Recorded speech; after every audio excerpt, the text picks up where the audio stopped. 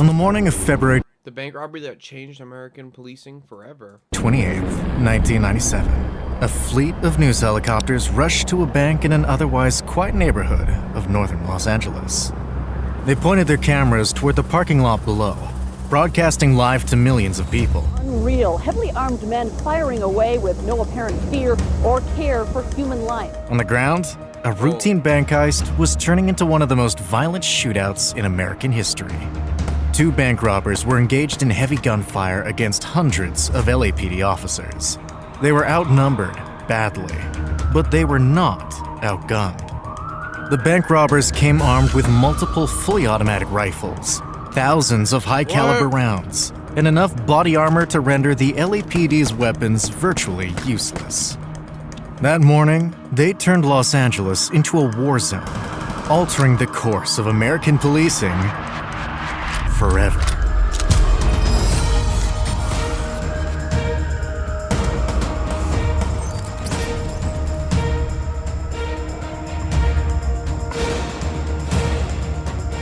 Brother, what? I don't know if I've heard of it.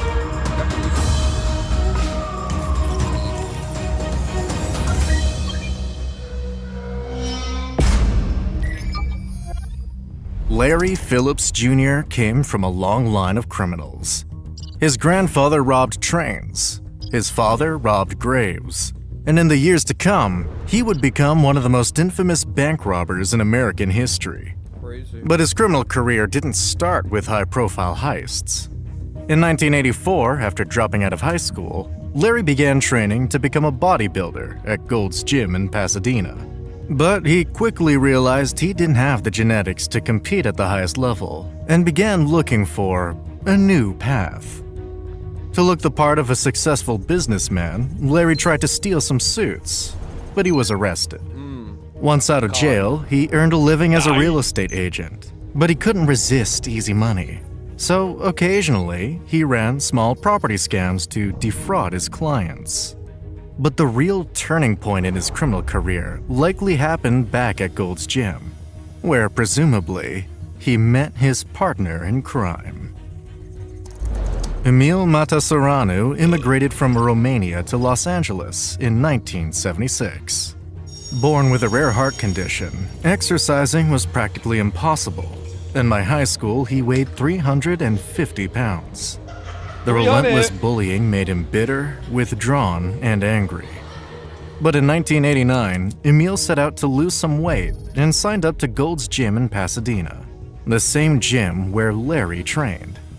It's unclear if this is really where they first met, but whatever the case, Larry saw something in Emil. For one, they both shared a passion for firearms, and although Larry had more experience in this department, Emil showed a growing interest in crime. Larry was already pulling off small-scale property scams, but now that he was friends with Emil, they began working together on more ambitious projects. And they weren't the only ones. In 1991, there were 9,388 bank robberies across the United States. Actually, One in every 4 of those, 2,355 to be exact, happened just here in the Los Angeles metro area. what? The next In 1 year, year. that number rose to 2,641. That's one robbery for every 45 minutes that a bank was open. Now, at the time, bank robberies were unsophisticated, generally not violent, and the perpetrators only profited between $1,500 and $2,000 on average. However, they had become such an epidemic that banks began hiring armed security guards, using exploding die packs and trackers, implementing surveillance, randomized cash delivery schedules, and storing cash in individually locked compartments. At the same time, the government cracked down by raising the minimum sentence for bank robbery to 25 years. And it worked. By 1995, bank robberies in LA had more than halved. But this also had an unintended side effect. Only in LA, yeah. Most It didn't places stop the most you only get determined 6 years criminals. for robbing a bank. It just forced them to adapt. With higher stakes and more obstacles, heists became more carefully planned, more ambitious, and much more violent. Criminals began aiming for much bigger scores, And if it meant avoiding 25 years in prison, they were willing to use hostage situations, What the intimidation fuck? tactics, Bro. military-grade weapons, and even deadly force. Larry Phillips and Emil Matasareanu were among this new breed of criminals. It's hard to say exactly when they committed their first armed robbery together. Bruh. Some investigators believe that between 1990 and 1992, they carried out some small-scale heists. Small businesses, convenience stores, even a few cash couriers. Nothing too big, but enough to gain experience.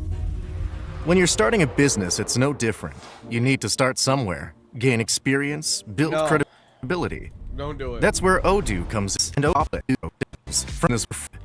when they ambushed an armored car, escaping with tens of thousands of dollars. It was a perfect job, and it showed them that they could pull off something much bigger. But 3 months later, their luck ran out. One day, while driving in a rented car, Larry and Emil were pulled over for speeding. It should have been a routine traffic stop, but Emil panicked and told the officer the car belonged to, quote, Dennis's mom. What? Dennis was Larry's fake name. So of course, when the officer ran the plates, and the records didn't match their story, he arrested them. Inside the car, the officer found 2 rifles, 2 handguns, 3,000 rounds of ammunition, smoke bombs, police scanners, IEDs, 3 fake license plates, How did they and get back 2 out? sets of full-body armor. How did they get back out of It didn't take a genius to figure out what they were up to. So both Larry and Emil got a short jail sentence How for the fuck conspiracy to commit robbery. Oh, hell. But more importantly, their gear was confiscated. And now, as convicted felons, they could no longer legally own guns. This would have been the end for most criminals. But if anything, Larry and Emil's heists just got bigger, more complex, and much more violent. In 1995, they crossed a new line, killing a security guard to rob an armored vehicle.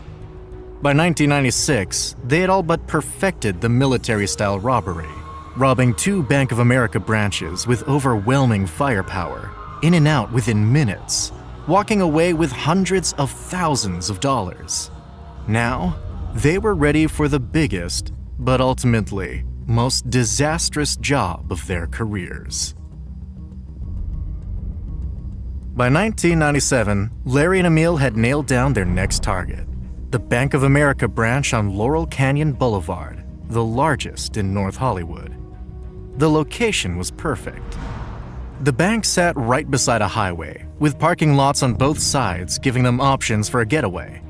To the west, there was a busy shopping mall full of civilians, potential human shields which would make police think twice before opening fire.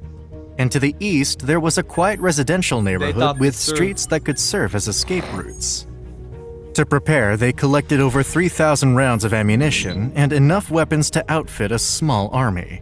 3 fully automatic Norinco Type 56 rifles, Chinese-made AK-47s fitted with 100-round drum magazines, a Bushmaster XM15 dissipator, a smaller variant of the M16, modified for fully automatic fire, and finally, an HK-91 battle rifle, perfect for longer distance combat. Beneath their clothes, they wore Kevlar vests and heavy steel plates on their chest and back. Larry went a step further, wrapping his groin, arms, looked like and a legs in CS:GO makeshift character. Kevlar padding. By comparison, the average LAPD officer at the time wore this uniform and carried 3 15-round magazines for a Beretta M92 FS, which fires 9mm rounds. This is what they look like compared to an 9mm round. HK-91's bullets. Needless to say, The a police are Beretta firing. wasn't going to do much. But as a last resort, even Larry and Emil brought one. Their plan was simple. Enter the bank, keep the civilians under control, force the teller to open the vault, stuff as much cash as possible into their GTA bags, heist. and walk out before the LAPD could even get there. 8 minutes, in and out. It would go down on a Friday morning, when the bank's vault would be restocked with cash. Larry and Emil expected to walk away with at least $750,000. This wasn't a reckless, last-minute job. It was the result of years of careful planning, perfecting every detail, and preparing for every possible scenario. But when the day finally came, nothing went according to plan. Oh, GG. Cooked. At 9:16 a.m., Larry and Emil stepped out of a white Chevrolet Celebrity in the north parking lot of the Bank of America on Laurel Canyon Boulevard. They had just taken a phenobarbital, a medication typically used to prevent seizures, but they were using it to calm their nerves. They planned this heist in meticulous detail and sewn watch faces into their gear to time it perfectly. If everything went to plan, they'd be in and out in just 8 minutes.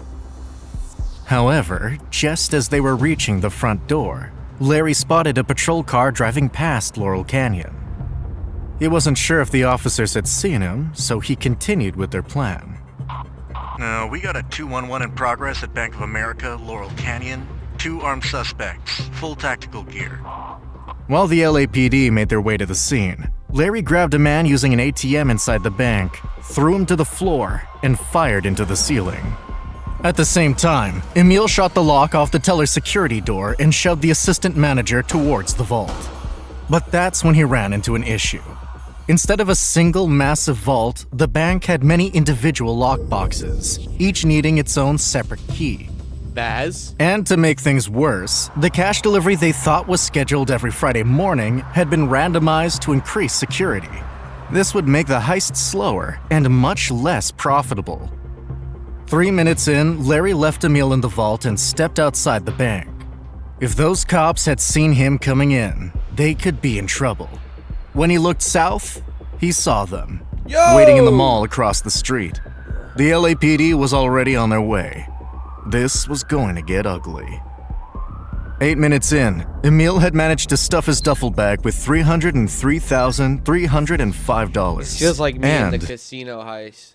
I remember in GTA, you had to run out of the vault, and then you had to run unknown out to of the him, building. 3 Then die you had to packs. run on the highway, get the car. On the outside, more than 20 LAPD officers had already taken defensive positions around the bank, covering the entire north and west sides.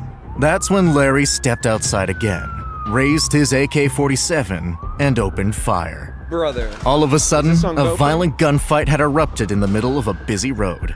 The policemen took cover and tried to shoot back. Sometimes they even hit Larry directly, but from over 200 feet away, their 9mm rounds were practically useless against his body armor. Meanwhile, his Really? AK could pierce through cars and even some walls. For 4 straight minutes, Larry stood in the open, spraying hundreds of rounds across Laurel Canyon. Then Emil stepped out to join him. Together, they wounded multiple officers and even some civilians. But eventually, they had to make a run for it. First, Larry made a break to the parking lot while Emil lay down covering fire. And once he found a good position, he did the same.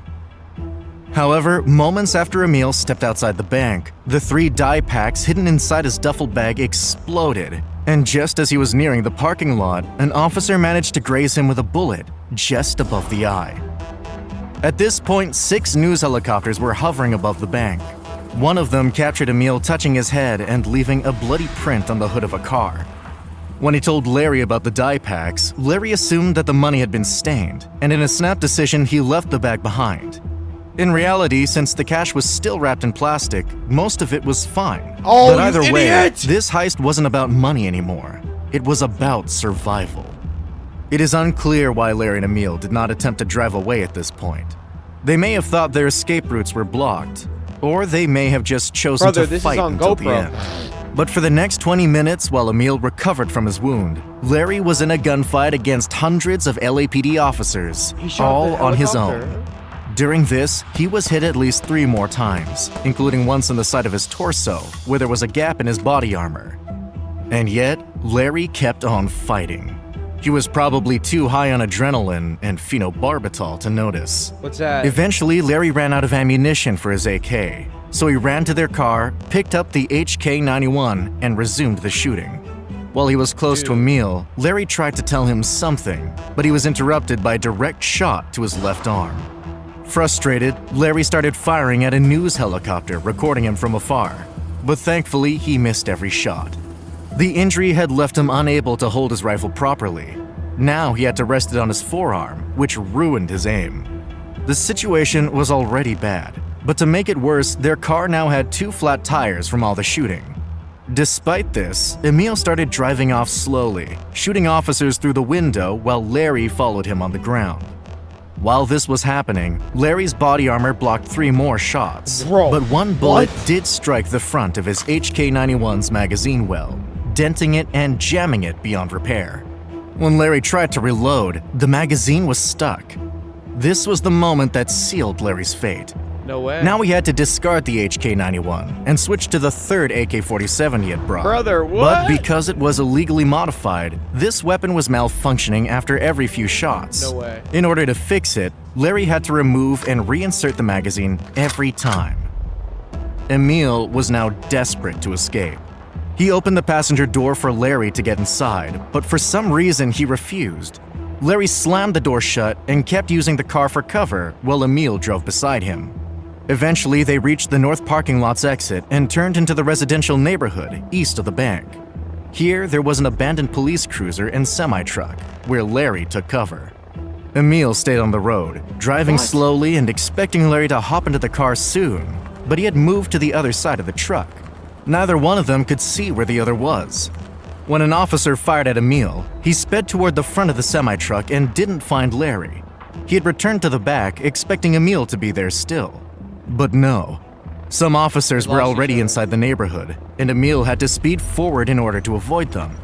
From now on, Larry and Emil were completely on their own.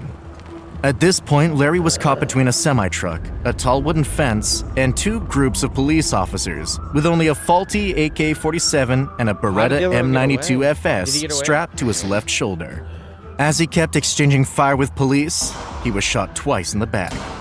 One bullet struck his body armor, but the second missed the plating and hit his subclavian artery, causing severe bleeding and some serious pain. Because of this, Larry panicked. When his AK-47 jammed again, instead of simply reinserting the magazine, which would have fixed the issue, he repeatedly pulled the charging handle, jamming a bullet inside and making it impossible to fix. Larry realized he was out of options, and he desperately took cover under the semi-truck. But the police officers had a clear line of sight on him, and they forced him out with 2 more shots. Severely injured, losing blood, and likely demoralized, Larry crawled out from under the truck, pulled his Beretta from his shoulder holster, and fired one-handed at police. But the officers returned fire and hit Larry's hand, causing him to drop the gun. It was over. While this was happening, LA's SWAT team arrived on the scene and began commandeering police vehicles to look for Emil. He was deep inside the neighborhood, driving a Chevrolet Celebrity with 2 flat tires and a leaky gas tank. Going back for Larry was simply not an option anymore. But if Emil wanted to escape, he needed a new vehicle. While finding his way through the neighborhood, Emil forced a car to stop in front of him. But the driver, seeing a masked juggernaut emerging from a bullet-ridden car, understandably kept backing up. When Emil pointed his AK at him, he turned around and sped away. Emil stayed on the move, looking for other vehicles. And this time, when he came across a pickup truck, he didn't negotiate. Instead, he fired his AK through their 2 windshields, breaking glass into the driver's face and grazing his head with a bullet. Thankfully, the driver reacted quickly and abandoned the truck in the middle of the road, with the door open. Immediately, Emil parked his Chevy beside it, tossed his remaining gear on the bed, and climbed into the driver's seat. But when he tried to start the car, he couldn't. The driver had taken out the keys from the ignition, so he crouched down and tried to jump-start it. While he was doing this, though, Emil was spotted by a SWAT team, who parked right beside him. Emil jumped out of the truck just in time, seconds before bullets started tearing through the driver's seat. He took cover again behind the Chevy and began spraying the SWAT team with bullets. Whenever they found a moment to fire back, his body armor kept him safe. This went on for the next 2.5 minutes, but eventually Emil ran out of ammunition for his AK-47, so he had to take a few seconds to grab his XM15 dissipator from the back of the pickup truck. This gave the SWAT team a few moments to breathe, and one of the officers noticed a gap between the tires of the 3 vehicles. he had an angle on Emil's legs, and they were unprotected.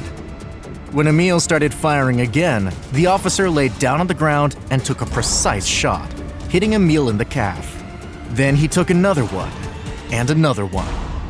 Emil had taken multiple direct hits to the legs, but he was still fighting back. In fact, he laid down on the ground himself and started shooting the SWAT team too. But this was his final mistake, because immediately a bullet struck his arm and he dropped his XM15. Now unarmed, Emil raised his hands and surrendered. Unfortunately, for a few moments, the SWAT officers were behind cover and unaware that Emil had surrendered. So they continued firing, hitting his legs several more times. Eventually, though, they ceased fire and put Emil on his stomach. Concerned that Emil might have a bomb or another weapon, one officer pressed his rifle against the back of Emil's head to prevent him from moving. The front of the barrel was so hot from all the firing that it seared Emil's skin. Larry was dead, and now Emil was finally in handcuffs. But the LAPD had received over 17 calls of different incidents from within the neighborhood. So at this point, they suspected that a third gunman was still at large. Because of this, officers refused to move Emil. And even when a group of medics got to the scene, the officers told them to go away. And so Emil stayed there, in the middle of the road, with barbiturates in his system, thinning his blood. After 56 minutes, he bled out because of the bullet wounds in his legs. The area remained on lockdown until the LAPD concluded that there was never a third gunman. At 11:30 p.m., North Hollywood shootout came to an end. That day, over 300 LAPD and SWAT officers responded to the scene. 12 of them, along with 8 civilians, were wounded. At least 11 bullets made contact with Larry's skin, and Emil had 29 bullet wounds in his legs, plus 1 in the forehead. But their armor absorbed countless hits. More than 2,000 bullets were fired in those 44 minutes, making it almost a miracle that there were only 2 casualties, Larry Phillips Jr. and Emil Matasaran. Those were the only 2 who died.